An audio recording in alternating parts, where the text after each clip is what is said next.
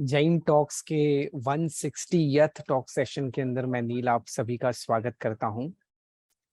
आज हमारे साथ अगरतला त्रिपुरा से विद्वान पंडित डॉक्टर उत्तम सिंह जी जुड़े हैं और आज फिर जैन टॉक्स पे एक बहुत ही रोचक ऐसी इंफॉर्मेटिव टॉक सेशन होने वाली है। विषय है एंशिएंट स्क्रिप्ट्स एंड मैन्युस्क्रिप्ट्स। वर्षों से इस विषय के ऊपर कार्य करने वाले बहुत ही अनुभवी वक्ता आज हमारे साथ जुड़े हैं। मैं स्वागत करता हूं डॉक्टर उत्तम सिंह जी का। आज की स्टॉक सेशन का प्रारंभ करें उससे पहले मैं उनका एक छोटा सा परिचय आप सबके समक्ष रखना चाहूंगा। डॉक्टर उत्तम सिंह जी ने लखनऊ से शास्त्री आचार्य गोल्ड मेडल के साथ शिक्षा शास्त्री एवं पीएचडी करी है। उन्होंने अहमदाबाद स्थित शारदाबेन चिमन भाई शैक्षणिक शोध संस्थान, संप्रति श्री महावीर जैन आराधना केंद्र कोबा, गांधीनगर जैसी रेप्यूटेड संस्थाओं में पांडुलिपि एवं पुरालिपि, शास्त्र अध्ययन, अध्यापन, संशोधन, संपादन, प्रकाशन, अनुवाद, प्रूफ सुधार आदि कार्यों को अपने हाथ लिया और निष्ठा से उसे संपन्न किया। वर्तमान में वे central Sanskrit university Eklavya campus Agartala Tripura में असिस्टेंट प्रोफेसर हैं। उन्होंने सैकड़ों पांडुलिपि एवं पुरालिपि अध्ययन कार्यशालाओं के माध्यम से ब्राह्मी, शारदा ग्रंथ एवं प्राचीन देवनागरी लिपियों के प्रचार प्रसार, संरक्षण, संवर्धन, अध्ययन अध्यापन को लक्ष्य में रख के निरंतर अपनी ऊर्जा को इस दिशा में केंद्रित रखा है। He has knowledge of various scripts such as Brahmi, Sharda, Granth, Old Nagari, Jain Nagari, Newari, Bengali, Gujarati, etc. He knows several languages such as Sanskrit, Prakrit, Pali, Hindi, Gujarati, Bengali. So I'm very happy to invite such scholar on our Jain Talks platform. और मैं अब उनसे विनती करता हूं कि आज के इस टॉक सेशन का प्रारंभ करें। नमस्ते प्रोफेसर साहब। नमस्कार। नमो अरिहंताणम, नमो सिद्धाणम, नमो आयर्याणम, नमो उवच्छायाणम, नमो लोये सवसाहुणम, एसो पंच नमुकारो सब पावपणासनो, मंगलाणम च सव्येसिम पद्मं हवै मंगलम, पद्मं हवै मंगलम। नमस्वाय सभापतिभ्यश्च। आज इस व्याख्यानमाला में उपस्थित समस्त विद्वज्जनों को मैं सादर प्रणाम करता हूं और आप सभी का स्वागत और अभिनंदन करता हूं।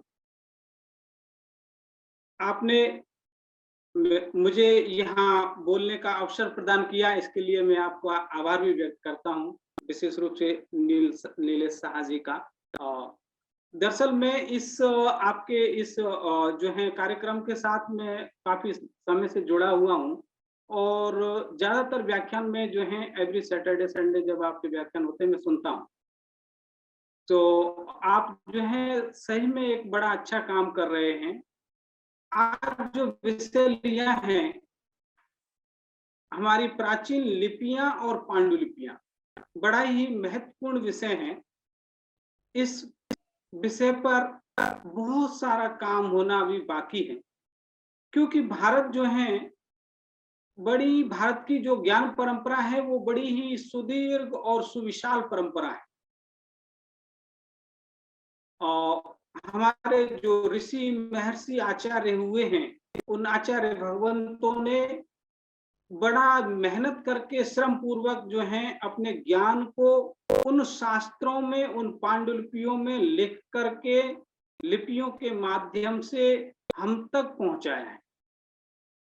और हमारे जो पूर्वज हैं उन्होंने, हमारे दादा परदादाओं ने इस चीज को सुरक्षित रखा और सुरक्षित रख करके हम तक पहुंचाया है। अब हमारा दायित्व बनता है कि हम उसको प्रकाश में लाएं। हो सकता है बीच में इस कारण से अभी तक ग्रंथों को प्रकाश में लाने की बहुत आवश्यकता है और आज स्थिति ये हो गई है कि उनको जानने वाले, उन लिपियों को जानने वाले विद्वान भी कम रह गए हैं। अब उन पांडुलिपियों को जो है पढ़ पाना भी जो है मुश्किल हो रहा है, काफी पुराने जीर्ण शीर्ण अवस्था में भी। बहुत सारे जो है हमारे देश के जो ग्रंथ भंडार हैं, उन भंडारों में बड़े सुरक्षित रूप से जो है उन पांडुलिपियों को रखा हुआ है, लेकिन अभी तक जो है उनका सबका प्रकाशन नहीं हो पाया है। और उसमें जो है भारत की जो प्राचीन विरासत, जो ज्ञान परंपरा है, उन पांडुलिपियों में विद्यमान है। वहाँ ज्योतिष है, वहाँ व्याकरण है, वहाँ छंद शास्त्र है, वहाँ आयुर्वेद है, वहाँ रसायन शास्त्र है, और वहाँ पे जो है खगोल शास्त्र है। तो आपका जो है सूर्य प्रज्ञप्ति, चंद्र प्रज्ञप्ति जैसे हमारे जो ग्रंथ हैं, जो संपूर्ण जो है उस गणना को वहाँ जो है वहाँ हमारे सामने प्रस्तुत करते हैं। तो इतने महत्वपूर्ण जो शास्त्र हैं, उन शास्त्रों को प्रकाश में लाने की महती आवश्यकता है। आपने जो आज इस व्याख्यान माला का आयोजन किया है, इससे अवश्य ही कुछ विद्वान जो हैं प्रेरित होंगे और वो इस कार्य को आगे बढ़ाएंगे, इसलिए ये वाकई अभिनंदनीय, वंदनीय कार्य है। तो मैं यहाँ आप लोगों को जो प्रारंभ में थोड़ा सा, लिपि और पांडुलिपि तो हमारा विषय है ही, लेकिन लिपि और पांडुलिपि तक पहुंचने से पहले की जो परंपरा थी, क्यों आवश्यकता पड़ी इसकी, तो ये इससे पहले की जो हमारी जो परंपरा थी वो श्रुत परंपरा, एक प्रकार से कह सकते हैं जो वैदिक युग जो था, वैदिक काल, उस समय तो जो है ग्रंथ लेखन का विधान नहीं था। हजारों वर्षों तक ग्रंथों को जो है श्रुत परंपरा के द्वारा जीवित रखा गया, यानी कि गुरुकुलों में जो है आचार्य भगवान अपने शिष्यों को उन शास्त्रों को रटाते थे, और शिष्य जो हैं फिर अपने शिष्यों को उन शास्त्रों को रटाते थे, और डेली प्रतिदिन उनका वाचन होता था शास्त्रों का। इस प्रकार से वो जो है श्रुत परंपरा हजारों वर्षों तक रही, और जो निर्विघ्न चली, उसमें कोई जो है त्रुटियां भी नहीं थी, पाठों के दोष भी नहीं थे, क्योंकि वो इतनी आवृत्तियां जो है गुरुकुलों में जो की और सिस्टमेटिक तरीके से की जाती थी कि वहां जो है पाठ भेद भी नहीं हुए। लेकिन कालांतर में जैसे जैसे समय व्यतीत होता है और मेमोरी का जब लॉस होता है, क्योंकि देश काल परिस्थितियां बदलती हैं, जो बदलते बदलते और जो है एज भी जो है एक फैक्टर था, एज भी जो है मनुष्य की कम होने लगी। तो फिर जो है हमारे ऋषियों महर्षियों ने इन शास्त्रों के लेखन का जो है प्लान बनाया कि इन शास्त्रों को लिखा जाए, नहीं क्योंकि कुछ विद्वान जो हैं उन्होंने शास्त्रों को रटा तो सही, लेकिन अपने शिष्यों को वो जो है रटा नहीं पाए उन शास्त्रों को, उनको, और वो विद्वान जो है समय से पहले ही काल कवलित हो गए, तो उनके साथ वो शास्त्र भी चले गए। ऐसी कुछ समस्याएं रही, तो उन समस्याओं के निदान के लिए जो है हमारे आचार्यों ने ये लिपियों का विकास किया कि अब इन शास्त्रों को लिखा जाए। अब ये जो हमारे पास एविडेंस मिलते हैं, लिखे हुए जो साक्ष्य मिलते हैं, वो फिलहाल ईसा पूर्व 3री या 2री शताब्दी तक के अशोक कालीन जो है, अशोक के जो शिलालेख हैं जो ब्राह्मी लिपि में लिखे हुए, वो हमारे पास प्रथम साक्ष्य है, जो हैं लिखे हुए बड़े जो लेख के साक्ष्य। लिपि के साक्ष्य इससे पहले के भी, लिपि हमारे पास इससे पहले भी जो है सिंधु कालीन जो इंडस वैली जो सिविलाइजेशन है, सिंधु कालीन सभ्यता के जो खुदाई में कई जगह हमें लिपियों के कुछ संकेत मिले, कुछ अक्षर, कुछ आकृतियां मिली। वो तो खैर सबसे प्राचीन साक्ष्य हैं, लेकिन उसमें कोई बड़ा अभिलेख नहीं मिला। कुछ जो कुछ पॉट हैं या फिर कुछ सील हैं, कुछ सिक्के हैं, उन सब पर कुछ आकृतियां बनी हुई हैं, 4-5 अक्षर जो हैं वो जो हैं मिलते हैं, और कुछ मछली की आकृति जैसा कुछ चिन्ह मिलता है, प्लस के जैसा चिन्ह मिलता है, या फिर बुल के जैसा जो है एक चित्र मिलता है। तो वो जो है प्राचीनतम हमारे यहाँ लिपि के जो है साक्ष्य हैं, लेकिन उनको अभी तक 100% पढ़ा नहीं जा सका है कि वो हकीकत में है क्या। विद्वानों का मानना है कि वो शायद ब्राह्मी लिपि का ही जो है प्राचीनतम स्वरूप, क्योंकि हमारे यहाँ सबसे प्राचीन लिपि जो है ब्राह्मी लिपि को माना गया है। और शायद वो ब्राह्मी के जो हैं अभी जो अशोक कालीन जो ब्राह्मी मिल रही है वो तो अक्षर बड़े ही सुस्पष्ट अक्षर है। तो उससे पहले का जो है उसका स्वरूप शायद हो सकता है कि वो हो। इस पर भी बहुत काम करने की आवश्यकता है। विद्वान लोग अभी कर भी रहे हैं, लेकिन वो जो है अभी तक पूरी सफलता नहीं मिली। तो हम जो है अशोक कालीन ब्राह्मी तक इस प्रकार से जो पहुंचते हैं। अब अशोक कालीन ब्राह्मी में भी जो शिलालेख हैं, वहां पे ब्राह्मी शब्द का कहीं नाम उल्लेख नहीं है। वहां अशोक के शिलालेखों में जो है उसको धम्म लिपि कहा गया।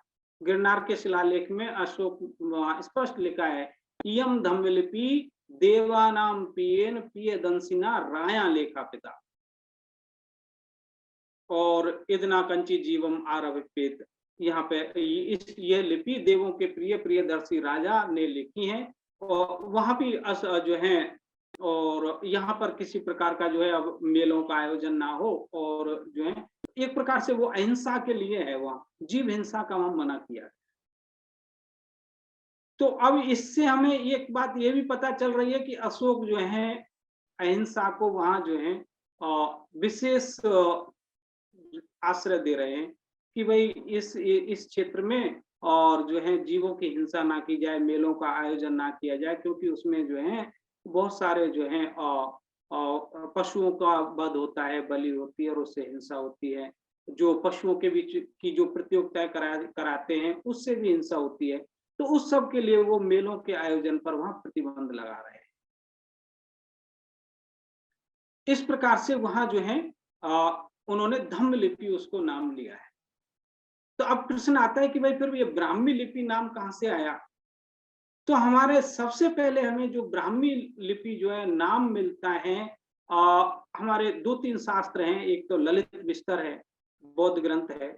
ललित विस्तर में 64 लिपियों का नाम उल्लेख है, और उन 64 लिपियों में पहला नाम ब्राह्मी है, दूसरा खरोष्टी है। उसके अलावा जो है उसके बाद फिर और जो है कुछ प्रांतीय लिपियों के जो है पुष्कर आनंदी और जो है शंख लिपि और अन्य अन्य जो है लिपियों के नाम उल्लेख वहां हुए हैं। अशोक के शिला तो ये जो है एक ब्राह्मी नामोल्लेख वहां पहले पहले नाम नंबर पे मिल रहा है। उसके अलावा हमारे जो जैन ग्रंथ हैं, पन्नवणा सूत्र है और जो है सम्मायांग सूत्र है, वहां पे भी 18 लिपियों का नाम उल्लेख हुआ है, और उनमें भी ब्राह्मी खरोष्टी पहले दूसरे नाम पे है। ब्राह्मी, तो इसके आधार पर हमारे जो प्राचीन जो आचार्य हैं जिन्होंने इन लिपियों का के वाचन का कार्य किया, जैसे कि सर जॉन प्रिंसिप जो हैं जिन्होंने पहली बार इन ब्राह्मी के शिलालेखों को पढ़ा, तो प्रिंसिप भी यही कहता है कि भाई ये शायद यही ब्राह्मी लिपि है। जब उनको शिलालेख मिले उनको लगभग 10-12 साल लगा उन शिलालेखों के अक्षरों को, ब्राह्मी के अक्षरों को पहचानने में। नहीं तो हमारा भारत में जो है ब्राह्मी लिपि को भूल चुके थे लोग। 14वीं शताब्दी में ही जो है फिरोज शाह तुगलक के समय पे और जो है अकबर बादशाह के समय पे भी जो है ब्राह्मी लिपि को पहचानने वाला, पढ़ने वाला कोई नहीं था। फिरोज शाह तुगलक ने भी जो है दिल्ली टोपरा का जो शिलालेख है उसे पढ़ने के लिए विद्वानों को बुलाया और उनसे पूछा ये क्या लिखा है। तो वो उसको सही सही नहीं पढ़ पाए थे। उन्होंने बस गोल गोल जवाब उस समय दिया कि भाई आपके पूर्वजों की प्रशस्ति, क्योंकि उस समय यही जो है समय ऐसा था, तो उन्होंने उसी हिसाब से जवाब दिया। हो सकता है पढ़ पा भी रहे हों तो भी उन्होंने जो है उसको नहीं डिकोड किया हो, क्योंकि समझ रहे कि उसको नष्ट होने का संभावना हो सकती है कि भाई ये अगर ये इनको ऐसा लगेगा कि नहीं ये काम करनी है तो इसको तोड़ दीजिए, तोड़वा दीजिए। क्योंकि 12वीं शताब्दी में जो है ऐसा हुआ जब बख्तियार खिलजी ने नालंदा विश्वविद्यालय को जो है के पुस्तकालय में जो आग लगा दी थी और वहां लाखों पांडुलिपियां जो है जल गई थी। तो हो सकता है कि उसके कारण से भी शायद कुछ विद्वान अगर रहे भी होंगे तो नहीं पढ़ पाए होंगे, लेकिन उल्लेख यही मिलता है कि उस समय कोई ब्राह्मी को जानने वाला नहीं। और कारण ये भी है क्योंकि लगभग छठी शताब्दी में जो है ब्राह्मी में का जो है लेखन वगैरह और पठन पाठन बंद हो गया। तो 6वीं शताब्दी से 14वीं शताब्दी तक जाते हुए जो है ये 8-10 साल का जो ये जो है 100 8-10 1000 साल का जो गैप है, इस गैप में तो स्वाभाविक है कि और क्योंकि नई-नई लिपियां भी आ गई थी, तो हो सकता है उसके जानने वाले ना हो। लेकिन सर जॉन प्रिंसेप का हमें जो है आभार मानना पड़ेगा कि उन्होंने जो है बड़ी मेहनत के साथ उन सारे शिलालेख जो मिल रहे थे उनको एकत्रित किया और उनको जो है उन्होंने डिकोड। उसके बाद एशियाटिक सोसाइटी की स्थापना होती है और वहां फिर विद्वानों को जो है इस फील्ड में काम करने के लिए एक प्रश्रय मिलता है और काम प्रारंभ होता है। तो ये एक प्रकार से जो है एक थोड़ी एक जर्नी थी इस ब्राह्मी लिपि की। उसी प्रकार से अब एक और प्रश्न है ये होता है कि भाई ब्राह्मी लिपि चलो ठीक है आपने मान लिया, एक परंपरा हो गई श्रुत परंपरा, दूसरी अक्षर परंपरा हो गई, इसके बीच की भी एक परंपरा थी। श्रुत परंपरा से डायरेक्ट जो है अक्षर ये ब्राह्मी के अक्षर बना दिए ऐसा तो नहीं था। वो वहां पे जो है कुछ जो लिपि के प्राचीनतम स्वरूप थे वो जो है कुछ चित्र लिपि, कुछ भाव लिपि और कुछ जो है रज्जु लिपि, ऐसे भी कुछ लिपि के जो है संकेत प्राप्त होते हैं। मिस्र से भी जो है रज्जु लिपि के संकेत प्राप्त हुए, रस्सियों के जैसे आकृति, धागे जैसे आकृति में वो जो है लिपियों के लिखने का विधान था। और भाव लिपि में जो है जैसे कि कोई चित्र बना दिया और उस चित्र से जो है भाव व्यक्त किया जा रहा है, व्यक्ति पहचान रहा है।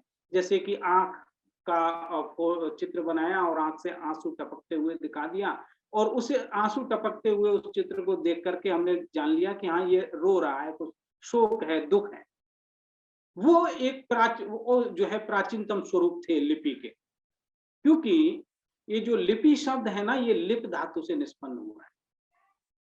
अमरकोश में लिप लेपने, वो लिप धातु का वहां लेपन के अर्थ में प्रयोग हुआ है, यानी कि जो है लीपना। चौका घरों में जो हमारी माताएं बहनें जब पुराने कच्चे घर होते थे तो जो है उस आंगन में चौका लगाती थी, लीपते थे, गोबर मिट्टी पानी आदि का घोल बना करके, वो लेपन की परंपरा।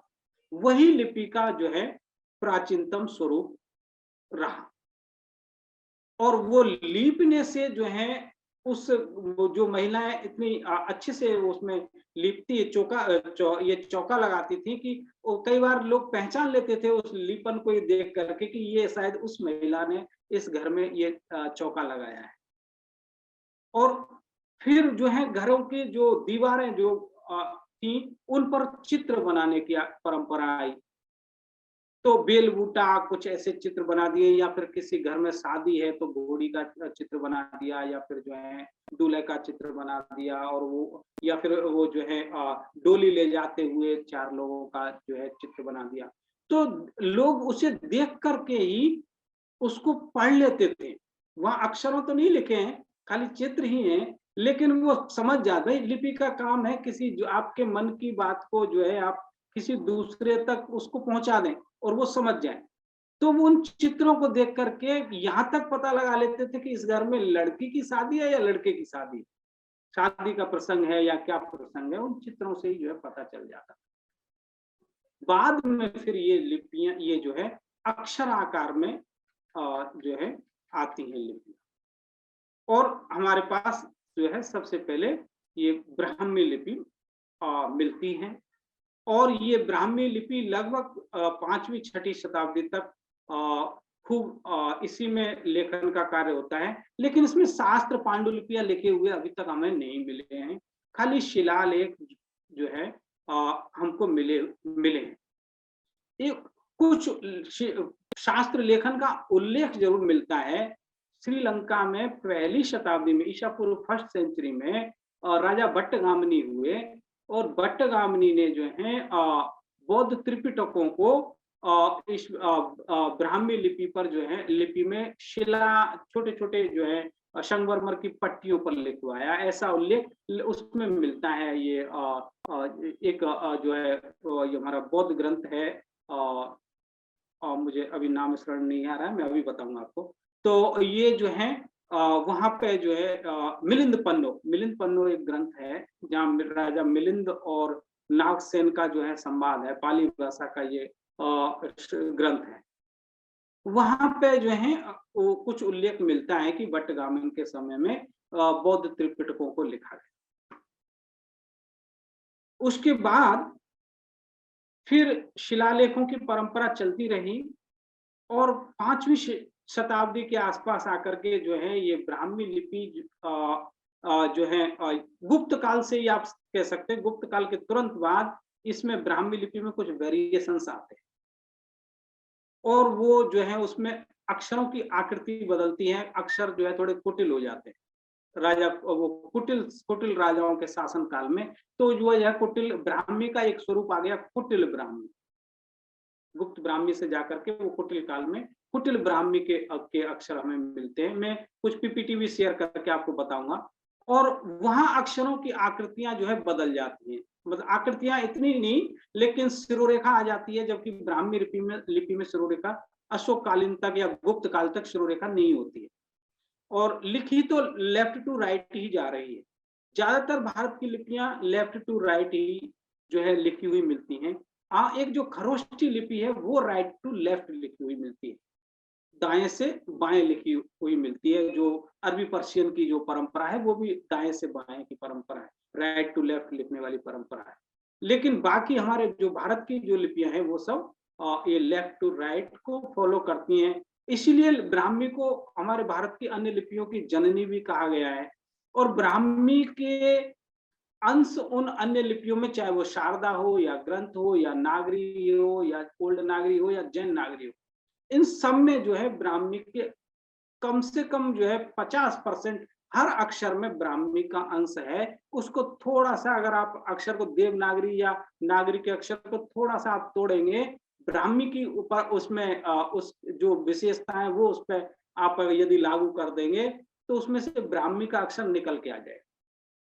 जैसे ब्राह्मी में जो प्लस का जो ये गणित में जो प्लस का चिन्ह होता है वो ब्राह्मी का क है, और इसी पे यदि शिरोरेखा लगा दी जाए और बीच वाला जो मिडिल जो प्लस का जो बीच वाला हिस्सा है उसको लेफ्ट साइड से गोल कर दिया जाए, राइट साइड से थोड़ा नीचे कर दिया जाए तो पा बन जाता है।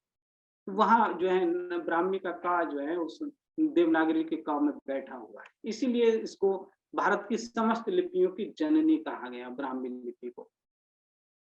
और यहाँ शिरोरेखा नहीं है, लेकिन वो उसमें कुटिल काल में जो है अक्षरों के ऊपर शिरोरेखा आ जाती है, अक्षरों के नीचे नीचे में थोड़ा हलंत जैसा, और अक्षरों की आकृति थोड़ी टेढ़ी हो जाती है और अक्षरों में पूंछ लगा करके लिखने की परंपरा आ जाती है।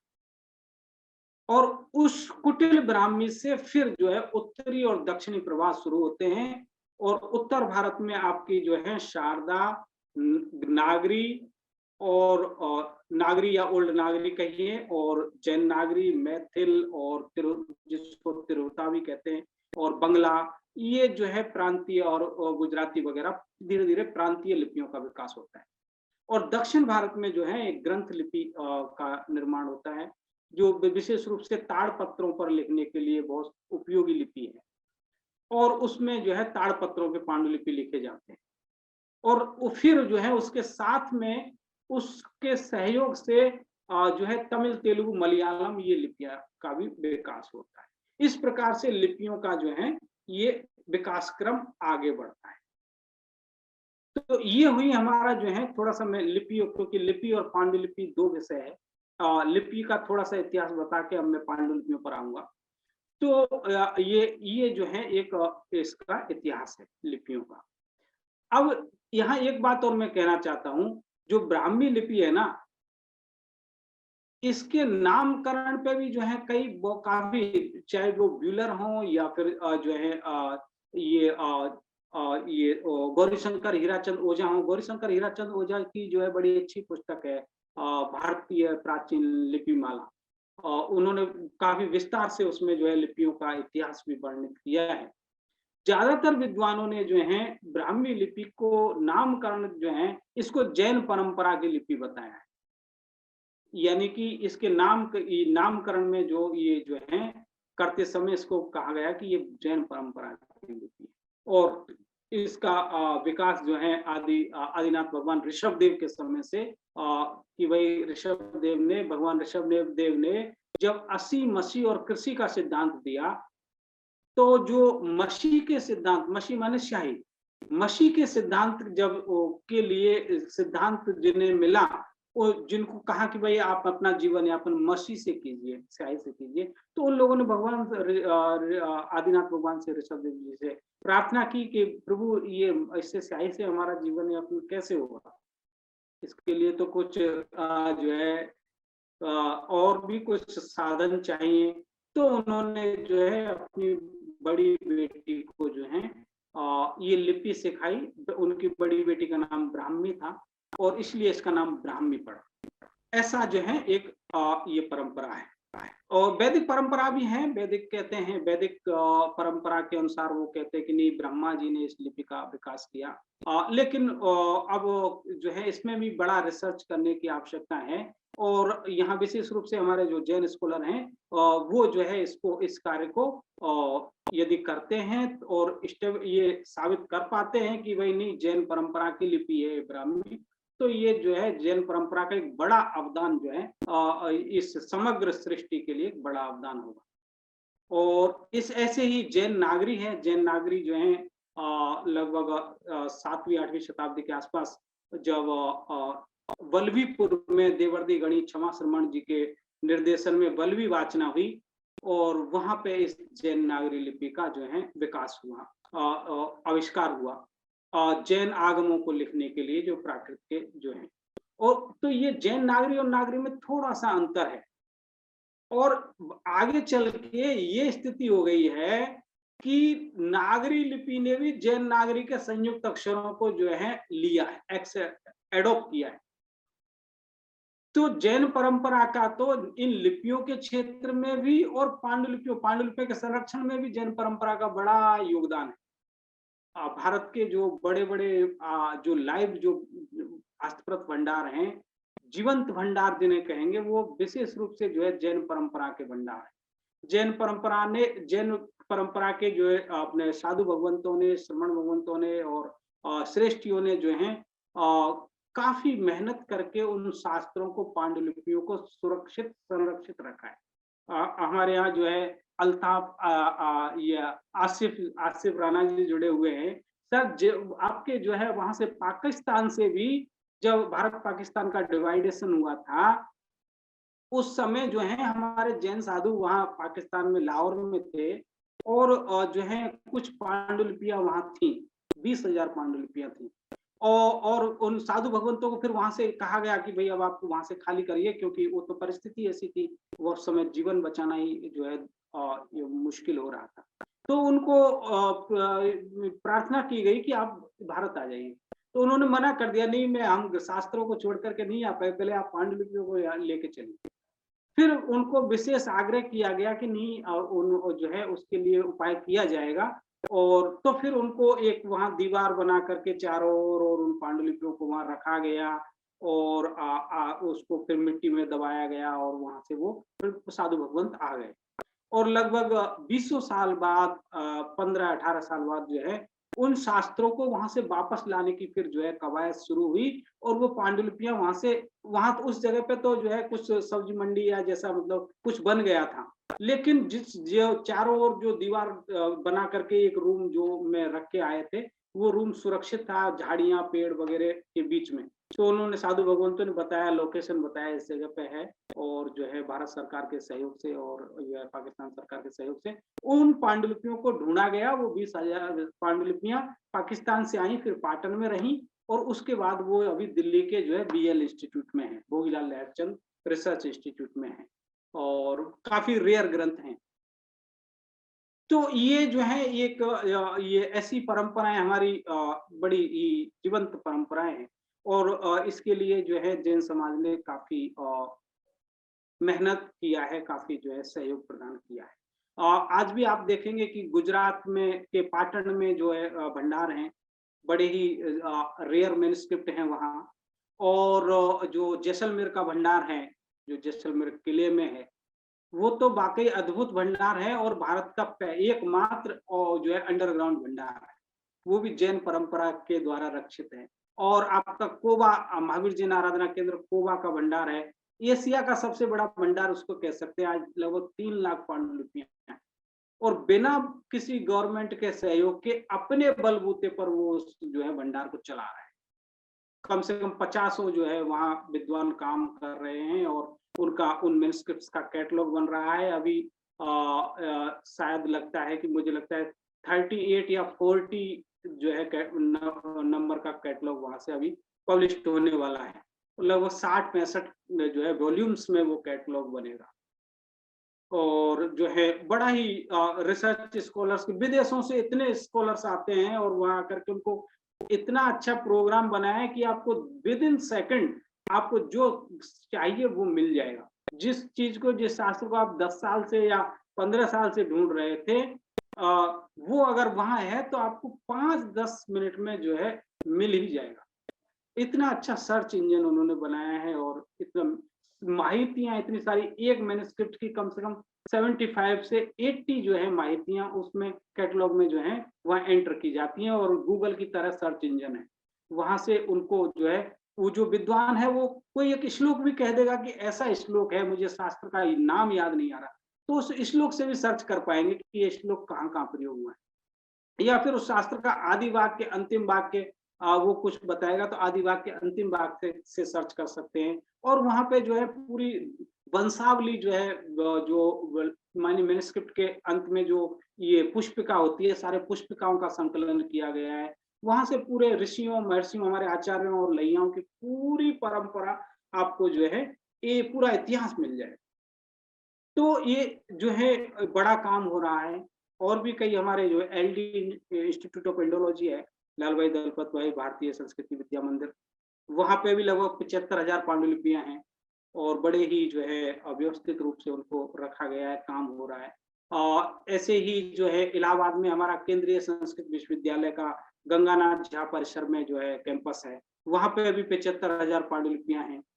और पूरे भारत में जब लगभग भारत में जो है करोड़ों पांडुलिपियां हैं, करोड़ों। जब नेशनल मिशन फॉर मैन्युस्क्रिप्ट की स्थापना हुई थी तब अनुमान लगाया जा रहा था कि शायद 20-25 लाख या 30 लाख जैसी पांडुलिपियां, 20 लाख जैसी पांडुलिपियां पूरे भारत में होंगी। लेकिन और जब सर्वे का काम शुरू हुआ तो इतनी पांडुलिपि 10-12 लाख पांडुलिपियां तो अकेले गुजरात में मिलेंगी। तो और फिर जो है 50 लाख से ऊपर वो जो है उसका डेटा पहुंचा, वो 1 करोड़ तक के लिए जाएगा। वो इतनी भारत में पांडुलिपियां हैं। इनमें जो है बहुत सारे ग्रंथ अप्रकाशित हैं, उनको प्रकाश में लाने की तो बहुत आवश्यकता है। तो इस प्रकार से जो है हमारा एक थोड़ा सा ये इतिहास है इनका। अब पांडुलिपियां जो हैं कई चीजों पर लिखी हुई होती है, ताड़पत्र पे भी है, ताड़पत्र पर खोद के लिखते हैं स्टाइलस से जो है, और उसको स्टाइलस को ऐसे पकड़ते हैं, ऐसे कलम से ऐसे नहीं बल्कि ऐसे पकड़ के ऐसे, जैसे वो जलेबी बनाने वाला जो है वो उसको जलेबी बनाता है ना, ऐसे उस अक्षर को ऐसे ऐसे लिखा जाता है, ऐसे लोहे के स्टाइलस से। और ताड़पत्र में दोनों तरफ लिखा जाता है, बाद में उस पर स्याही जो है का पोता लगा देते हैं और वो अक्षर जो है दिखते रहते हैं। ये एक परंपरा थी। तो सबसे पहली तो जो है पत्थरों पर, शिलालेखों पर लिखने की परंपरा, वहां टांकी हथौड़े का प्रयोग हो रहा था। उसके बाद ताड़पत्र आए तो ताड़पत्र पर जो है कलम के रूप में स्टाइलस का प्रयोग हुआ। और फिर जो है भूर्जपत्र, भूर्जपत्र पर कलम से लिखा जाने लगा, सरकंडे की या बरू की जो कलम। और भूर्जपत्र जो पे विशेष रूप से शारदा लिपि की पांडुलिपियां लिखी हुई मिलती हैं। कश्मीर में लगभग लाखों पांडुलिपियां शारदा लिपि की हैं। और जो है वो एक जो आपको सबसे प्राचीनतम जो पांडुलिपियां है हमारे यहाँ, वो गिलगिट की है। वो भी आपके जो है ये पाकिस्तान जो वाला क्षेत्र है, वहां से सबसे प्राचीन पांडुलिपियां मिली, वो शारदा लिपि की हैं और उसमें कुछ जो हैं बौद्ध ग्रंथ भी हैं, वो जो है खरोष्टी में लिखे हुए हैं। तुर्फान की मैन्युस्क्रिप्ट हैं, ये सबसे प्राचीनतम पांडुलिपियां हैं। तो जो है ये इस प्रकार से ये हमारा जो है एक थोड़ा सा ये इतिहास चलता है। तो ये ताड़पत्रों पर लेखन परंपरा हो गई, उसके बाद भूर्ज पत्र पर कलम से लिखी जा रही है और शारदा के अक्षर थोड़े मोटे होते हैं। और ये लेकिन दोनों लेफ्ट टू राइट लिखे जा रहे हैं। उसके बाद आती है कागज पे, वो अगरू पत्र पर लिखने की परंपरा। अगरू पर जो है विशेष रूप से बुद्धिस्ट मैन्युस्क्रिप्ट जो है लिखे हुए मिलते हैं। मैं जहाँ अभी यहाँ हूँ वहां भी ये जो अगरतला जो नाम है ना, वो तो यहाँ अगरू के बहुत ज्यादा वृक्ष हुआ करते थे, इसलिए नाम इसका अगरतला पड़ा। लेकिन अगरू से ज्यादा जो है ताड़पत्र जो है ज्यादा ड्यूरेबल है। भुर्ज पत्र से भी ज्यादा ड्यूरेबल ताड़पत्र है। भुर्ज पत्र का उल्लेख अभिज्ञान शाकुंतल में भी आया है, और लेकिन वो बड़ा पतला होता है। भुर्ज का जो पेड़ होता है उसकी छाल में से जो है लगभग 7 लेयर निकलती हैं, 7 लेयरों पे लिख सकते हैं। और इस प्रकार से फिर कागज का जमाना आता है और हैंडमेड पेपर पर जो है वो जो है स्याही से कलम से लिखा जाने की परंपरा आई। लगभग 12वीं-13वीं शताब्दी से हमारे यहाँ कागज पे लिखी हुई पांडुलिपियां मिल रही हैं। 7वीं-8वीं शताब्दी से लिखी हुई हमारे यहाँ जो है ताड़पत्र और भूर्ज पत्र पर लिखी हुई पांडुलिपियां मिल रही हैं। 7वीं शताब्दी की एक पांडुलिपि जो है अभिज्ञान शाकुंतलम की मिली है, उस पर प्रोफेसर बसंत कुमार भट्ट जी ने जो है गुजरात में काम किया है, और अभी 2 साल पहले ही वो पब्लिश हुआ है पुणे। उसके लिए उनको राष्ट्रपति पुरस्कार भी मिला, और वो शायद वो जो है भूर्ज पत्र जो है की पांडुलिपि वहां से लंदन से, अभी तो लंदन के म्यूजियम में है, वहां से उसकी कॉपी मंगवा करके उस पर काम किया गया था। तो ये एक जो है हमारी परंपरा है। लगभग 13वीं शताब्दी से कागज पर लिखे हुए पांडुलिपियां मिल रहे हैं, और फिर कागज हैंडमेड पेपर के बाद, हैंडमेड पेपर थोड़ा मोटा होता है, और उसके बाद फिर मील का पेपर आता है। मील का पेपर भी लगभग 18वीं शताब्दी के आसपास में पांडुलिपि जैसा ही वो येलो कलर का जो है पेपर आ जाता है।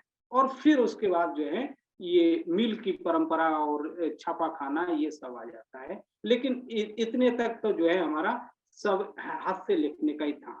स्याहियां भी जो है कई प्रकार की सोने की, चांदी की स्याहियों के भी उल्लेख हैं। चंदन की स्याही से लिखे हुए भी ग्रंथ मिलते हैं।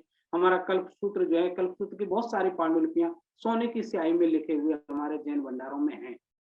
जो है उसको सोनेरी रुपेरी स्याही बोलते हैं।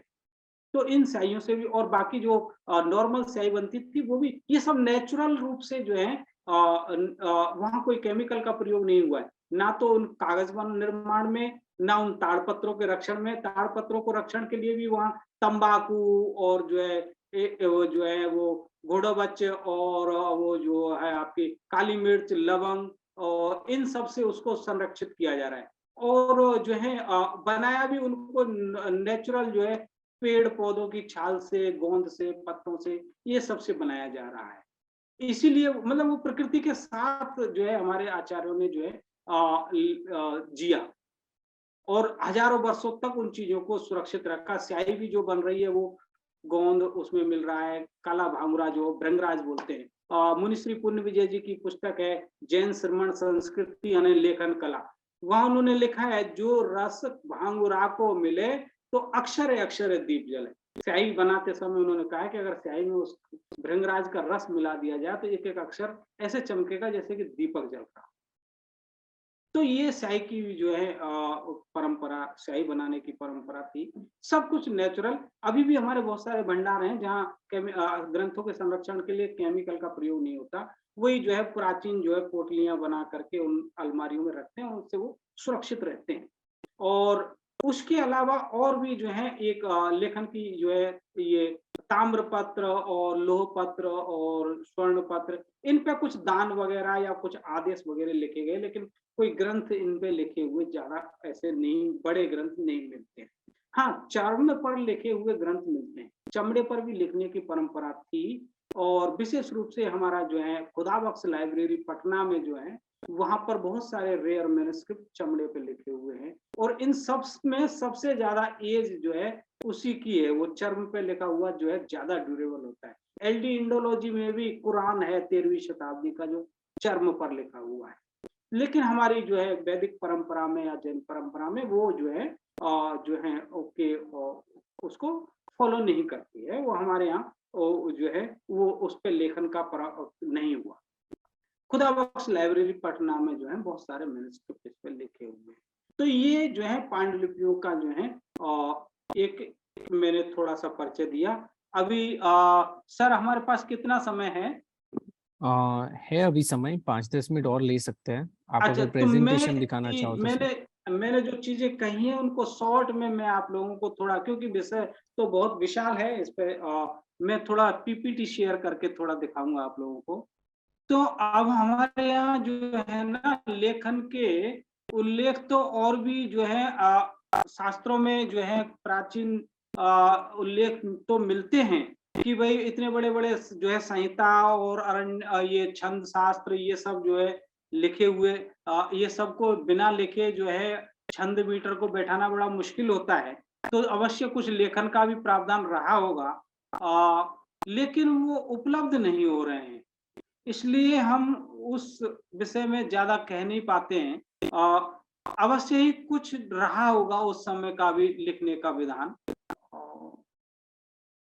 ये जैसे देखिए ये खरोष्ठी लिपि है और यहाँ ये ब्राह्मी लिपि है। ललित विस्तर में जो मैंने बताया लिपि संदर्शन पर्व में जो है जो लिपियों का उल्लेख मिलता है, वहां पे भगवान बुद्ध कहते हैं कि कतमाम में वो उपाध्याय लिपिम शिक्षापयसी, कहते हैं आप मुझे कौन सी लिपि सिखाएंगे, जो गुरुजी कहते हैं कि आज हम आपको लिपि पढ़ाएंगे। तो फिर वो 64 लिपियों का नाम जो है भगवान बुद्ध लेते हैं कि इस जगत में 64 लिपियां हैं। ये जो है ब्राह्मी, खरोष्ठी, पुष्कर, अंग लिपि, भंग लिपि, मगध।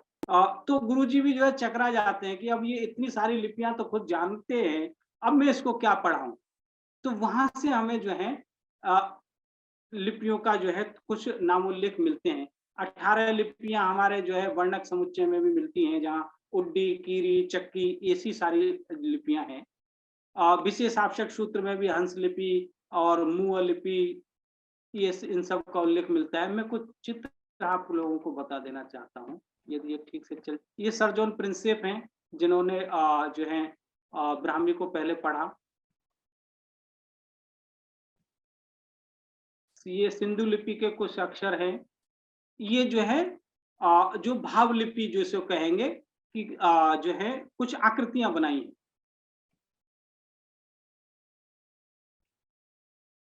ये देखिए ये जो है ब्राह्मी लिपि का शिलालेख है। ब्राह्मी लिपि यहाँ के अक्षर यहाँ पर खोद करके जो है लिखे हुए हैं।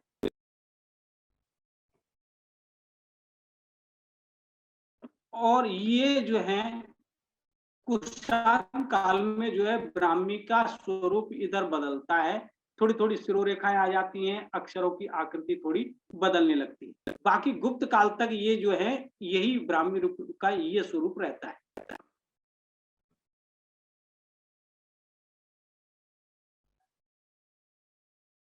ये जो कुटिल लिपि की मैंने चर्चा की, ये जो है कुटिल लिपि में ब्राह्मी के अक्षर इस प्रकार से कुटिल आकार में आ जाते हैं।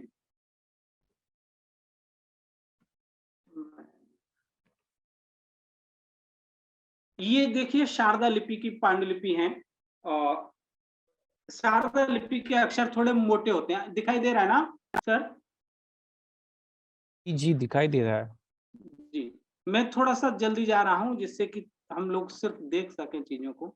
ये ग्रंथ लिपि है। ये ताड़पत्र है, ताड़पत्र पर जो है ये लिखा हुआ अष्टमंगल, अष्टमंगलों के विषय में लिखा हुआ है। अष्टमंगलम पंचायुधम, अष्टमंगल और पंचायुधों के विषय में यहाँ उल्लेख है।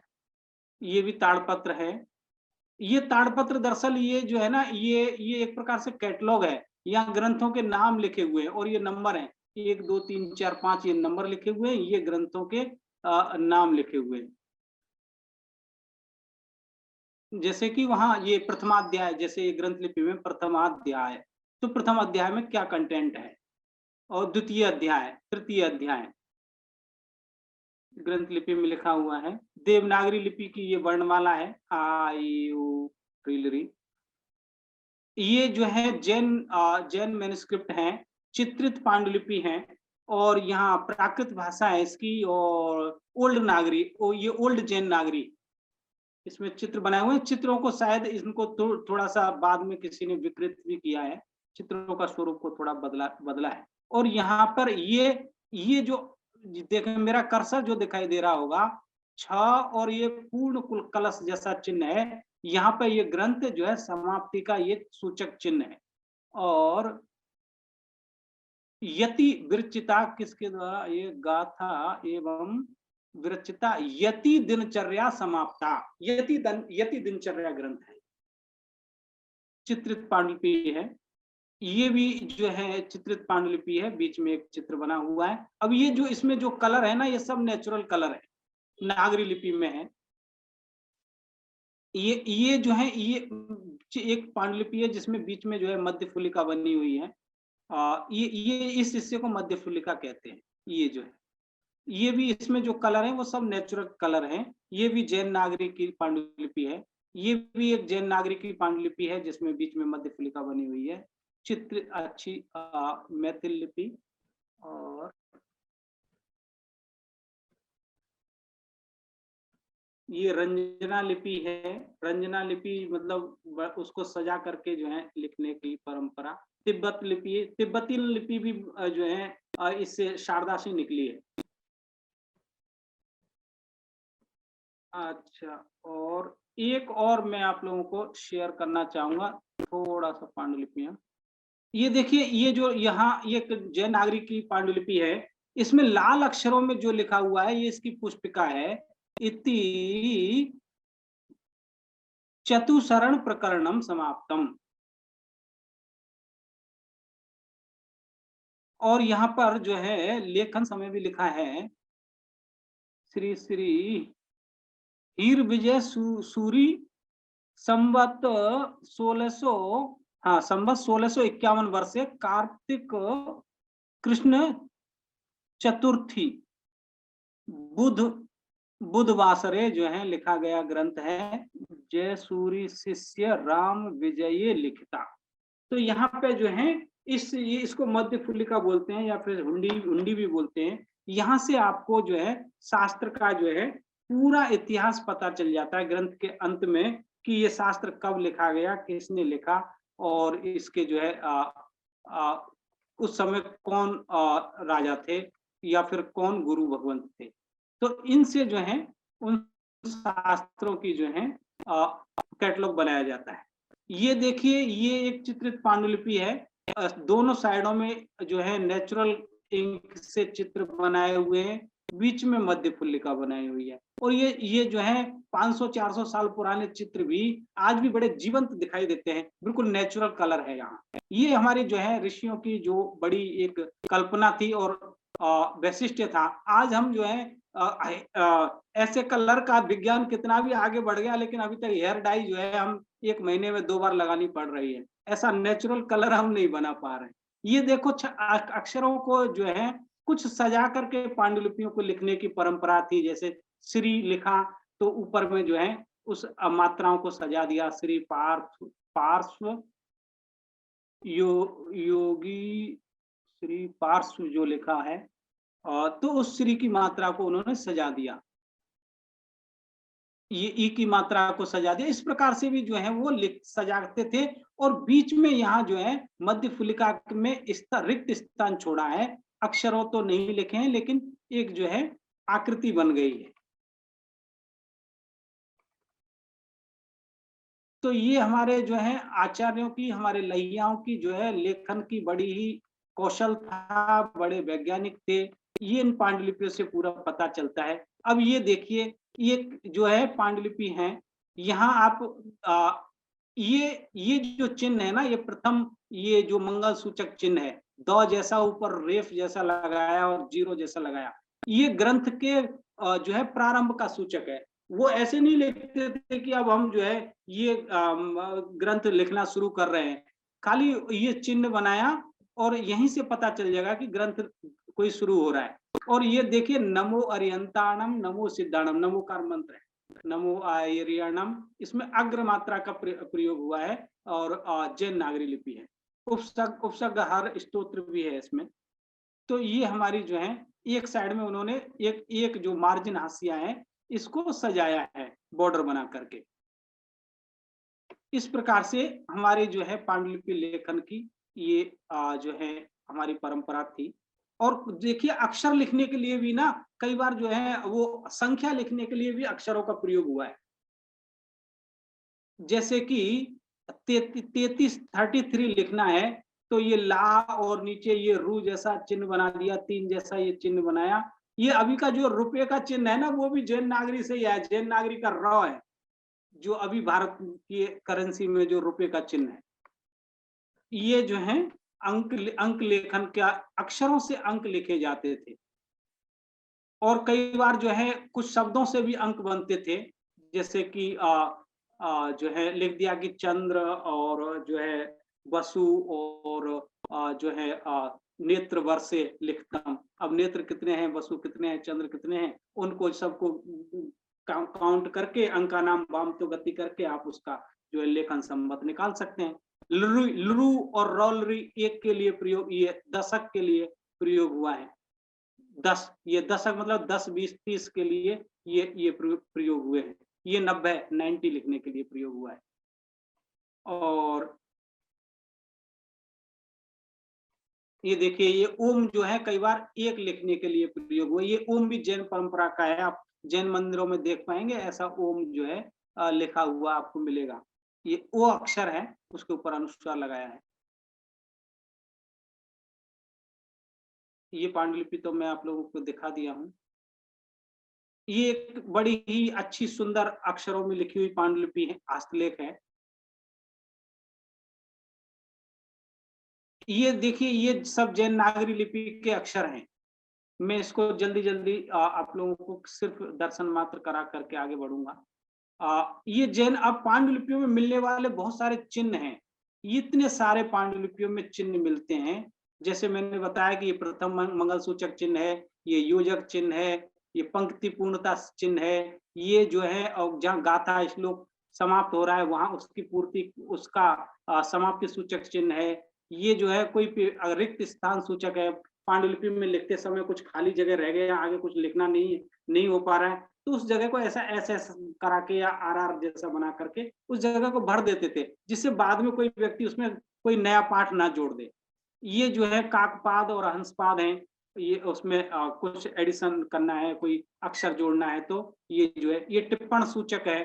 किसी शब्द का कोई अक्षर कोई शब्द का कोई अर्थ लिखना है, उस पर टिप्पणी लिखना है, तो उस शब्द के आगे ऐसा बराबर का चिन्ह लगा करके उसका टिप्पण बना देंगे। ये मध्य फुलिका है, ये छिद्रक है। ये मध्य फुलिका कागज के पांडुलिपियों में मिलती है और छिद्रक जो है ताड़पत्र के पांडुलिपियों में मिलता है, वो छेद होता है। ये अवग्रह, ये जो ऐसा आकार जो आजकल देवनागरी में अवग्रह होता है, ये नागरी लिपि में ऐसा अवग्रह था। और ये 2 स्टैंडिंग लाइन जो है किसी अक्षर के ऊपर लगी हुई मिलती है, तो उस अक्षर को डिलीट करने के लिए प्रयोग होता था, क्योंकि उस समय तो अक्षर लिख गया तो उसको मिटाना बड़ा मुश्किल है, तो उसके ऊपर 2 लंबी लाइन खींच दीजिए, अक्षर डिलीट हो जाएगा। और ये जो है ये जो कोई पाठ अगर बड़ा छूट गया है तो उस पाठ के को जो है मार्जिन में ऊपर या नीचे कहीं लिखेंगे और इस प्रकार का चिन्ह बना देंगे कि भाई ये पाठ छूट गया है, और उस जिस पंक्ति में ऐड करना है वहां पे ऐसा हंसपाद या काकपाद जोड़ दिया जाएगा। और ये जो है ये अंतिम सूचक, अंतिम मंगल सूचक चिन्ह है, ऐसा सिर्फ चिन्ह बना देंगे, अर्थ समझ लीजिए कि ग्रंथ जो है यहाँ पूरा हुआ, समाप्त हो गया। तो ऐसे बहुत सारे हमको ये हमें पांडुलिपियों में काम करते करते जो ये चिन्ह मिले, और तो हमने इनको जो है एक जगह एकत्रित किया है। ये सारे संयुक्त अक्षर हैं, 11वीं शताब्दी से लेकर के 19वीं शताब्दी तक के जैन नागरी एवं नागरी पांडुलिपियों में मिले हुए संयुक्त अक्षरों को एक जगह हमने यहाँ लिया है। ये जो है नागरी लिपि की पांडुलिपि है, और ये शारदा लिपि से जो है कॉपी हुई है। अब इसी का शारदा रूप जो है मैं आपको बता रहा हूं। देखिए इसी का शारदा वर्जन है ये। इसी शारदा की पांडुलिपि को बाद में नागरी लिपि में जो है ये किया गया। और ये शारदा लिपि की पांडुलिपि मुझे कश्मीर से मिली, और नागरी वाली मिली मुझे जैन ये जो है कोबा से, महावीर जैन आराधना केंद्र कोबा से। दोनों के पाठ समान और लिपि अलग। तो इस प्रकार से जो है लिपियों के माध्यम से जो है पांडुलिपियां दुनिया में जो पाठ हैं वो संचरण किए हैं। ये बहुत सारे जो है पांडुलिपियों के बीच में मिलने वाली मध्य फुलिकाएं हैं, यानी कि उनको पांडुलिपियों को सजाने के लिए या वहां जो है इस प्रकार के चित्र बनते थे और उनमें कुछ अक्षर भी लिखे जाते थे। इन्हें सब मध्य फुलिका कहा जाता है। ये पांडुलिपि का एक स्वरूप होता है, मूल जिह्वा क्षेत्र, मध्य फुलिका, ये मार्जिन हाशिया, यहाँ हंसपाद काकपाद जो है या छिद्रक चंद्रक जो है, ऐसा ये एक पांडुलिपि का स्वरूप होता है। उसके विविध पार्ट हैं।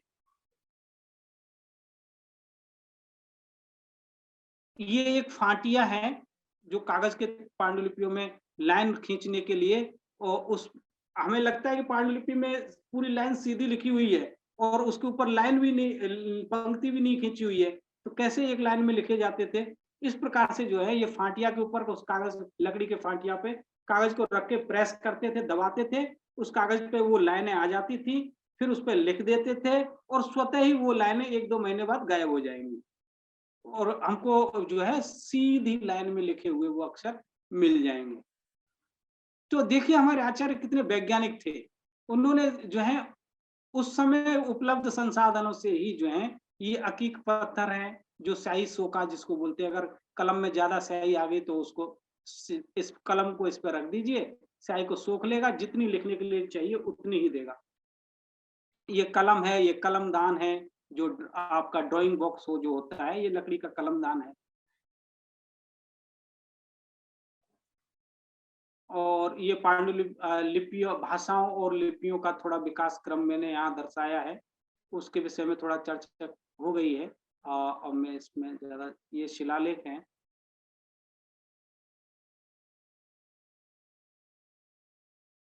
और ये ताड़पत्र है, ग्रंथ लिपि में लिखा हुआ है। ये पत्थर पे लिखा हुआ एक लेख है। ये भी नागरी लिपि में पत्थर पे लिखा हुआ सचित्र लेख है। ये पत्थर पे लिखी हुई 10वीं शताब्दी की जो है एक लेख है, 10th सेंचुरी का, काफी पुराना है। और अभी ये हमारे भारत में नहीं है, लंदन में है, लेकिन एक पुस्तक में मुझे इसका अलवर में होने का उल्लेख मिला था। यही पाठ मुझे कि भाई ये जो है 10वीं शताब्दी में अलवर, राजस्थान के अलवर में ये शिलालेख था। अभी लेकिन ये जो है लंदन में है, लंदन के म्यूजियम में है। ये प्राचीन जो है नागरी लिपि का बड़ा प्राचीन स्वरूप है। ये जो है ब्राह्मी लिपि का शिलालेख है। ये दिल्ली टोपरा का जो है स्तंभ लेख है, स्तंभ पर जो है ब्राह्मी लिपि लिखी हुई है। और ये ताम्रपत्र है, ताम्र प्लेट पर, कॉपर प्लेट पर अक्षर खोद करके लिखे हुए हैं। और ये अटैची नुमा है, इसको बीच में से आप फोल्ड कर सकते हैं। ये एक ताड़पत्र है। और ये जो है आप लोग देख चुके हैं। ये जो है इस प्रकार से लिखते थे। ब्राह्मी लिपि जो है, एक जो लैया है वो टाँकी हथौड़े से लिख रहा है, जो गुरु भगवंत हैं वो उसको बता रहे हैं कि ऐसे ऐसे लिखो। ये गिरनार शिलालेख का है, इयम धम्म लिपि देवानाम पियदर्शिना लेखिना लेखिता। तो इस प्रकार से जो है ये एक परंपरा। अभी आप लोग को कुछ प्रश्न पूछ लीजिए क्योंकि समय तो काफी हो गया है। और यदि किसी का कोई प्रश्न है तो आप प्रश्न पूछ सकते हैं, क्योंकि ये विषय ऐसा है कि इसको एक लेक्चर में कवर करना बड़ा मुश्किल है। मैंने कोशिश किया है कि ये आप लोगों को थोड़ा सा आइडिया आ जाए इसके लिए। बिल्कुल बिल्कुल, थैंक यू सो मच। आपने आज बहुत ही सुंदर इन्फॉर्मेशन और लिपियों के बारे में, मैन्युस्क्रिप्ट्स के बारे में बताया, जिसमें आपने डिफरेंट डिफरेंट लिपियों की भी चर्चा की, उसके कैसे डेवलपमेंट हुए उसके बारे में बताया, वेरियस ज्ञान भंडार जहां हमारी मैन्युस्क्रिप्ट्स पड़ी हुई है उसके बारे में भी बताया। हमारे कुछ प्रश्न ऑडियंस की ओर से आए हैं और दूसरे ऑडियंस को भी मैं कहना चाहूंगा कि अगर कोई प्रश्न है आप डायरेक्टली पूछना चाहते हैं तो आप हैंड रेज कर सकते हैं। तब तक मैं डॉक्टर साहब जो प्रश्न है वो लेना चाहूंगा। जी जी। एक प्रश्न आया है कि which is the oldest currently available Jain manuscripts and where it is. अच्छा, देखिए हमारे यहाँ जैन पांडुलिपियां ना, ओल्डेस्ट पांडुलिपियां तो यहाँ है आपके जो जैसलमेर का भंडार है। जैसलमेर के भंडार में जो है प्राचीन पांडुलिपियां सबसे ज्यादा है। उसके अलावा पाटन के भंडार में जो है प्राचीन पांडुलिपियां हैं। इसमें जो है भगवती भगवती सूत्र है। भगवती सूत्र में तो प्रारंभ में ही जो है नमो बम्बिये लिपिये कह करके उसका मंगलाचरण ही जो है ब्राह्मी लिपि को नमस्कार करके किया गया है। और कल्प सूत्र है, कल्प सूत्र के तो बड़े अच्छे अच्छे रेयर मैन्युस्क्रिप्ट हमारे यहाँ, मतलब एक एक ऐसे भी मैन्युस्क्रिप्ट हैं जिसके एक एक पेज की करोड़ों रुपया कीमत है। आज अगर उसकी आप वैल्यू आंकने जाएं, खैर वो उनको वैल्यू लगाना बड़ा लगा ही नहीं सकते, फिर भी आप जाए तो एक एक पेज जो है करोड़ रुपए से कम की वैल्यू का नहीं। ऐसे सचित्र जो है मैंने उसका भी फोटो तो रखे थे, लेकिन अब समय के अभाव के कारण मैं बता नहीं पाया हूँ आप लोगों को।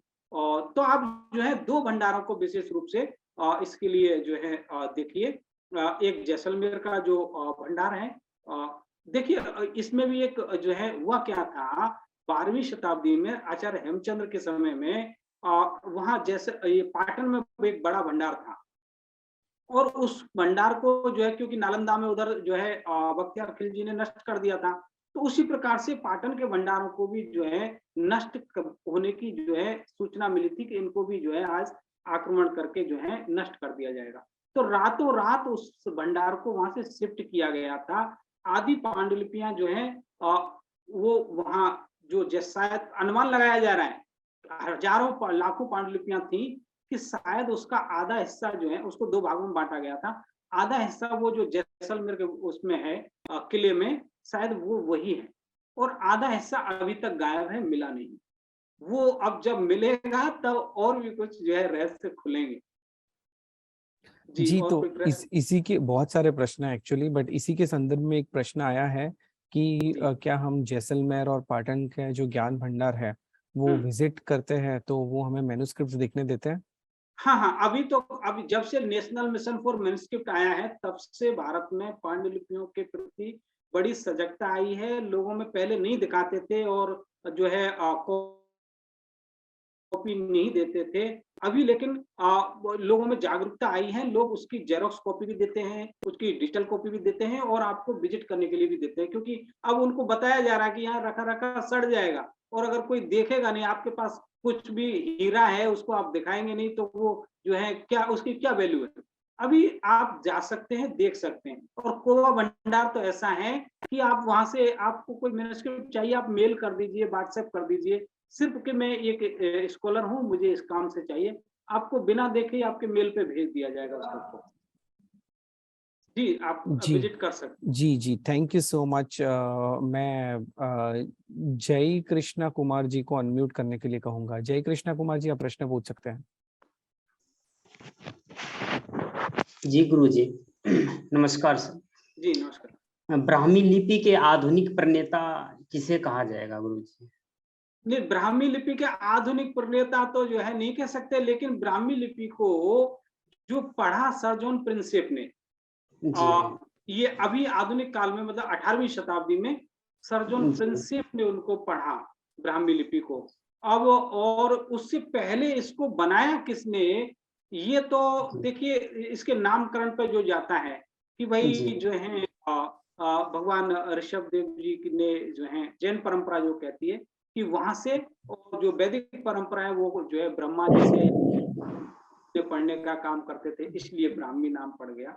लेकिन जो है इसका सटीक उत्तर देना बड़ा मुश्किल है। जी नहीं, पिछली बार जो है नेट यूजीसी नेट में इस तरह से एक क्वेश्चन आया था, निम्नलिखित में से कौन, निम्नलिखित में से ब्राह्मी लिपि का आधुनिक प्रणेता किसे कहा जा सकता है? वैसे तो वो क्वेश्चन, ऐसा क्वेश्चन जो है पूछना नहीं चाहिए, फिर भी पूछ लिया। तो क्या क्या ऑप्शन थे? फर्स्ट में था ये ब्रह्मा, उसके बाद कोई लाल करके था, और जोन्स प्रिंसेप भी थे इसमें ऑप्शन में। कब हुआ था ये एग्जाम आपका? 14 को हुआ था, 14 तारीख को। अभी जी जी जी, अक्टूबर में, 14 अक्टूबर को हुआ था। 14 अक्टूबर को। अच्छा, तो इस ब्राह्मी लिपि के आधुनिक प्रणेता।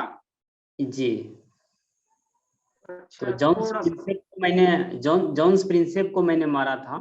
नहीं, आ, प्रणेता की जगह उनको वर्तमान में आधुनिक बादशाह की या कुछ ऐसा शब्द होता तो ज्यादा अच्छा। पठनकर्ता हाँ पूछना चाहिए था।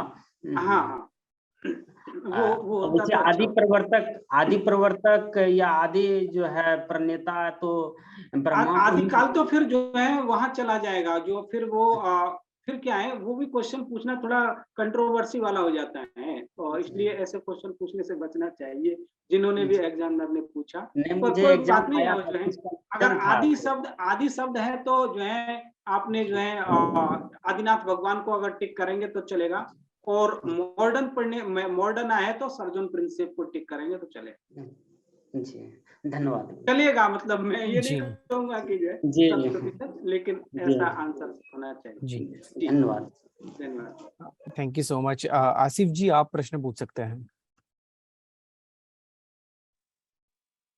जी, thank you so much professor साहब। आपकी डिस्कशन जो थी वो बहुत ही इंफॉर्मेटिव थी, और मैं क्योंकि स्टूडेंट ही कह लें आर्कियोलॉजी का या कंपैरेटिव रिलीजन्स का या स्क्रिप्ट्स का हूँ, तो मुझे तो बहुत इंटरेस्टिंग लगा। मेरे 2 क्वेश्चंस हैं, अगर तो वक्त हुआ तो प्लीज दोनों का जवाब दीजिएगा, वरना पहला कि इंडस वैली सिविलाइजेशन के जो आपने सील्स के ऊपर जिन सिंबल्स का जिक्र किया, ठीक है, तो हम अभी ना एक कल्चर पे डिस्कशन होती है कि क्या वो कल्चर की कंटिन्यूटी है या डिसकंटिन्यूस हो गया, रुक गया, और एक नई वैदिक पीरियड के अंदर बिल्कुल एक नया ट्रेडिशन आया, और हड़प्पन जो दौर था, कल्चर था, वो खत्म हो गया।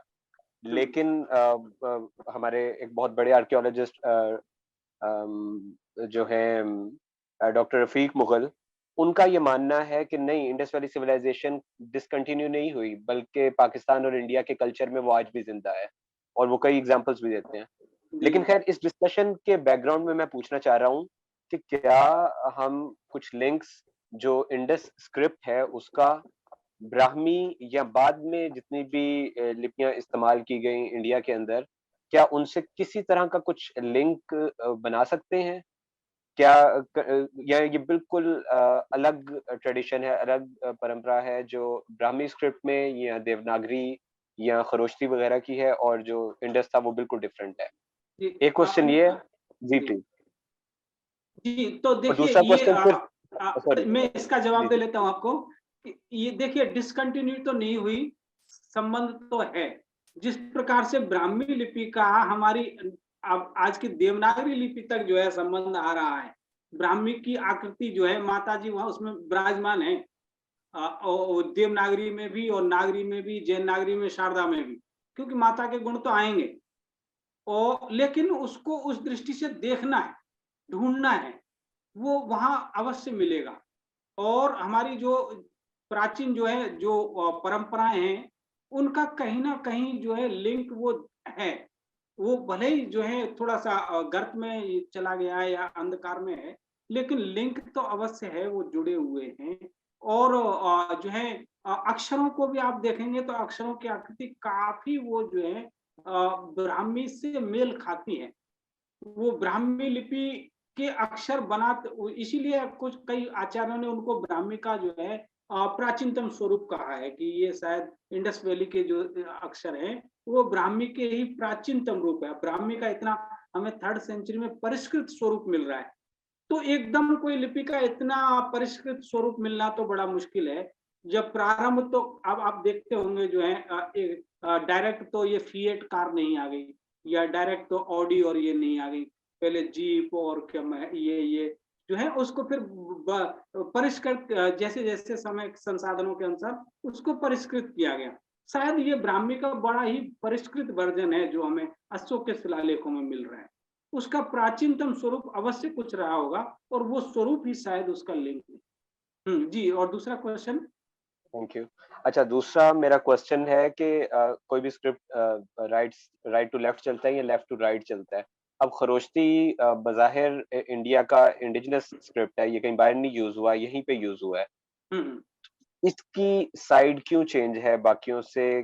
क्या ये कोई जो मतलब कि इसकी ऑडियंस डिफरेंट थी कि यानी कि जो इसके रीडर्स जिनके लिए ये बनाया गया था, क्या वो मुख्तलिफ लोग थे, या क्यों इसकी साइड क्यों चेंज की गई? ये एक एक्सपेरिमेंट था, या ये कि जिस तरह 6th सेंचुरी बीसी में यहाँ पे हमें कुछ अरामाइक अरामी जुबान के कतबे भी मिलते हैं और वो भी अरेबिक की तरह राइट टू लेफ्ट लिखी जाती है, या ये उससे इंस्पायर्ड थी? क्या था, एक एक्सपेरिमेंट था या क्या था? आप इस बारे में क्या हाँ, समझते हैं कि क्या हाँ। क्यों है ऐसा? देखिए, अशोक के जो है 2 ही शिलालेख जो हैं इसमें खरोष्टी में लिखे हुए मिले, मनसेरा का और जौगढ़ का शायद।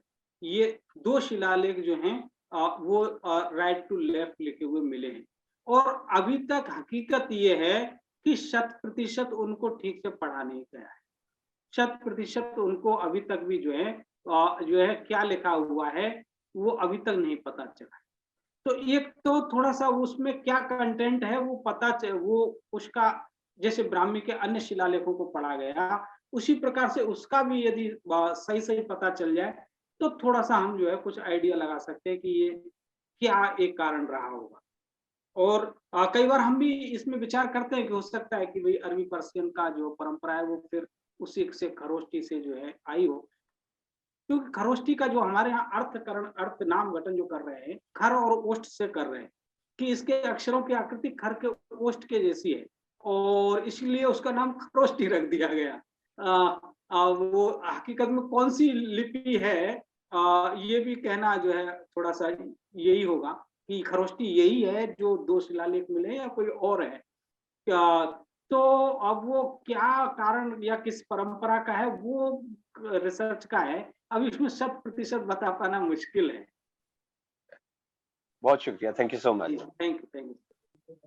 जी thank you so much professor साहब। प्रश्न काफी आए हैं बट हमारी समय मर्यादा भी है, तो हम एक आध प्रश्न ले लेते हैं और बाकी अगर किसी को कुछ जानकारी चाहिए तो आप जैन फाउंडेशन के नंबर के ऊपर प्रश्न भेज सकते हैं। हम प्रोफेसर साहब को पास ऑन करेंगे और आपको जवाब उसका प्राप्त हो ऐसा करेंगे। सो चैट बॉक्स में आपको जैन फाउंडेशन का नंबर आ जाएगा, सो आप वहाँ मैसेज कर सकते हैं। मनोज जी तनवर, आप प्रश्न पूछ सकते हैं। प्रणाम सर। नमस्कार। और हाँ नील जी, आपका बहुत बहुत आभार जी। एक्चुअल में क्या है सर, मैं भी स्कॉलर हूँ, पीएचडी स्कॉलर, और इस बार मैं भी पांडुलिपि का संपादन करने के बारे में सोच रहा हूँ सर। मुझे इंटरेस्टिंग विषय लगा, लेकिन मेरे साथ समस्या ये है कि अभी तक मुझे कोई ऐसा जो संपादन किया हुआ कोई भी थीसिस मुझे मिली नहीं है, और न ही इसके बारे में कोई प्रॉपर जानकारी देने वाले मिले हैं अभी तक। तो आज आपकी जो कक्षा है उसको अटेंड करके मैं धन्य हो गया। और वास्तव में बहुत सारी बातें जो मैं 2-3 पुस्तकें अपने पास रख रखी है मैंने, उनमें जितना कुछ नहीं मैंने प्राप्त किया उतना आपने यानी एक अपने इस व्याख्यान में बता दिया। तो मुझे लगा कि मेरी जो राह है वो कुछ आसान हो गई है। तो इस विषय में गुरुजी मैं आपसे कुछ मार्गदर्शन चाहता हूँ। जी देखिए, संपादन के लिए तो जो है आप क्या आपने कोई ग्रंथ सेलेक्ट किया है? किस ग्रंथ पे आप काम कर रहे हैं? कोई मैन्युस्क्रिप्ट सेलेक्ट किया है? जी नहीं, अभी तक कुछ तय नहीं किया सर, इसी दिशा में प्रयासरत हूँ। लेकिन ये आपका जो है जो विचार है वो बहुत अच्छा है। और हम भी जो हमारे वर्कशॉप में हम हमारे विद्यार्थियों को इसी के लिए प्रेरित करते हैं कि आप जो है मैन्युस्क्रिप्ट पर अधिक से अधिक रिसर्च करें। तो आप जो है एक अच्छे से ग्रंथ का सिलेक्शन कीजिए और एक बार हो सके तो वो जो आचार्य कैलाश सागर सूर्य ज्ञान भंडार जो कोबा है गांधीनगर गुजरात में, वहां का विजिट कर लीजिए। आपको वहां से कुछ ग्रंथ भी मिल जाएगा कोई आपके सब्जेक्ट से रिलेटेड काम करने के लिए। और कई पुस्तकें हैं, आप उन पुस्तकों को भी देख सकते हैं और हम लोगों के साथ जुड़ करके भी आप जो है जहाँ कहीं कोई समस्या हो तो आप जो है हमें बताइए, हम आपका सहयोग करेंगे। जी सर, मैं आपसे जुड़ा रहना चाहता हूँ, लेकिन आप दो 3 पुस्तकें हैं। भारतीय पुरालिपि मंजूषा एक पुस्तक है, उसको देखिए। और गौरीशंकर हीराचंद ओझा जी की जो है प्राचीन लिपि माला है उसको देखिए। और एक जो है एंटिक्विटी ऑफ राजस्थान, उसको भी जरा देख लीजिए, कर्नल टॉड का है। और जो है एक गुजराती में है, अच्छा, मुनिश्री पुण्य विजय जी महाराज साहब ने बड़ी अच्छी पुस्तक लिखी है, जैन श्रमण संस्कृति यानी लेखन कला, गुजराती में है, लेकिन उसका हिंदी अनुवाद भी हुआ है पर अभी छपा नहीं है, मैंने ही किया था। तो इनको आप देख सकते हैं। भारतीय पुरालिपि मंजूषा भी आपको सहयोग करेगी, आप वहां से कोबा से खरीद सकते हैं, मेरी ही पुस्तक है। जी आचार्य जी। जी जी। तो प्रोफेसर साहब, एक लास्ट प्रश्न ले लेता हूँ, थोड़ा टाइम हो चुका है बट काफी दर्शकों की जिज्ञासा है, तो जितना समाधान हो सके उतना हम करने की कोशिश करेंगे। आरपी जैन जी, आप प्रश्न पूछ सकते हैं। जय जिनेन्द्र टू एवरीवन। जय जिनेन्द्र। उत्तम सिंह जी, आपने शास्त्र भंडारों का जिक्र किया, लेकिन मैं दो प्रसंग आपके ध्यान में लाना चाहता हूँ। मूडबद्री कर्नाटक का शास्त्र भंडार, जहाँ का सबसे फेमस कलेक्शन है धवला और महाधवला ग्रंथों का, जी जी जिसका कन्नड़ में भी प्रकाशन किया गया, आधुनिक प्रकाशन किया जी गया है। जी जी और सबसे खास बात है कि प्राचीन तमिल का ग्रंथ तिरुवल्लुवर रचित, जी जी जिसका बड़ा इंटरेस्टिंग पार्ट है, बुद्धिस्ट क्लेम करते हैं, जैन क्लेम करते हैं, हिंदूज क्लेम करते हैं और इवन क्रिश्चियंस क्लेम करते हैं। जी जी उसकी बल्कि मूर्ति भी बनाई गई है कन्याकुमारी के पास समुद्र में। तो वो बड़े इंटरेस्टिंग पार्ट है कि पहली सेंचुरी बीसी एडी का या पहली सेंचुरी बीसी का तिरुवल्लुवर का तमिल ग्रंथ, जी जी तो वो उल्लेखनीय है। और दूसरी बात बताना चाहता हूँ कि श्वेतांबर जैन साहित्य का नीमू चंदारिया साहब इंस्टीट्यूट ऑफ जेनोलॉजी लंदन और उनके सहयोगी द्वारा ब्रिटिश म्यूजियम की कैटलॉगिंग हो चुकी है, उसका प्रकाशन हो चुका है, उसका मतलब रिलीज भी विज्ञान भवन में डॉक्टर मनमोहन सिंह के माध्यम से हुई थी जी और मैं उसका प्रत्यक्षदर्शी था। जी तो मैंने इसलिए ये बात बताई। और आपको सबको मुझे लग के बड़ा इंटरेस्ट आता है कि नेशनल मिशन ऑफ मैनर्स के सृजनकर्ताओं में मैं एक हूँ। और वो मेरी दोस्ती थी, व्यक्तिगत दोस्ती थी। हमारे उस टाइम वो प्रधानमंत्री नहीं थे, मेंबर ऑफ पार्लियामेंट थे, श्री अटल बिहारी वाजपेयी। जी जी उनको मैंने प्राचीन 2003 तमिल में जी तांजवुर से लाया हुआ एक ग्रंथ दिखाया था, हड़ताल जी पत्र का, जी और जी उनको समझाया था कि इस प्रकार के ग्रंथ अनेक भाषाओं में, अनेक धर्मों में, अनेक विषयों पे हो सकते हैं। और जी उन्होंने वचन दिया था कि जब मैं प्रधानमंत्री बनूंगा, तो पहले 13 दिन के प्रधानमंत्री पद में नहीं कर पाए, लेकिन दूसरे काल में आए तो उन्होंने 100 करोड़ रुपए की ग्रांट भी दी नेशनल मिशन फॉर बिल्कुल मैनर्स। 2003 में स्थापना हो गई। और सुधा जी उसकी पहली डायरेक्टर बनी। जी तो जी मुझे कहा गया कि आप आइए चार्ज लेने के लिए, लेकिन डॉक्टर लक्ष्मीमल सिंह भी पहुंच गए पहले दिन, उनको चार्ज दे दिया गया। वो जी एक भाग्य की बात है।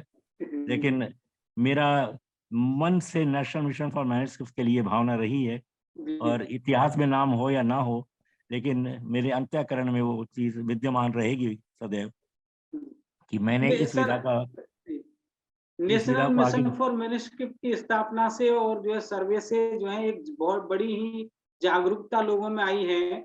और सही में अभी लोग जो है पांडुलिपि जो पहले नहीं दिखाते थे, अभी लोग दिखाते हैं। उन ग्रंथों का जो है संपादन करने के लिए जेरोक्स भी देते हैं। और मिशन के ये तो जो है वर्कशॉप के माध्यम से ये, और इन प्राचीन लिपियों का भी जो है संरक्षण संपादन ये हुआ है। मैं उन्हीं वर्कशॉप से निकला हुआ छात्र हूँ। आपके आशीर्वाद से जो है मैं भी नेशनल मिशन फॉर मैन्युस्क्रिप्ट के वर्कशॉप से ही जो है ये लिपियां, प्राचीन लिपियां और ये पांडुलिपियां सीखा। थोड़ा 2000 बीएल इंस्टीट्यूट में 2001 में जो है तो कुछ थोड़ा सीखा था। उसके बाद फिर जो है ये एनएमएम ने जब से ये कार्यक्रम शुरू किया, संयोग से मुझे जो है वहाँ जुड़ने का अवसर मिला और जो है चीजों को जानने का अवसर मिला। सही में अभी तो बहुत सारे मैं भंडारों की मैं जिक्र नहीं कर पाया हूँ।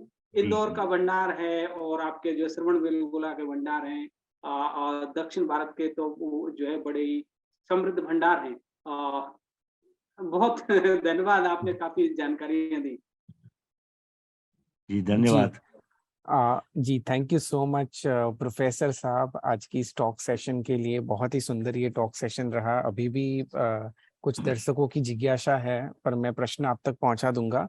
और thank you so much RP Jain ji for such a wonderful information.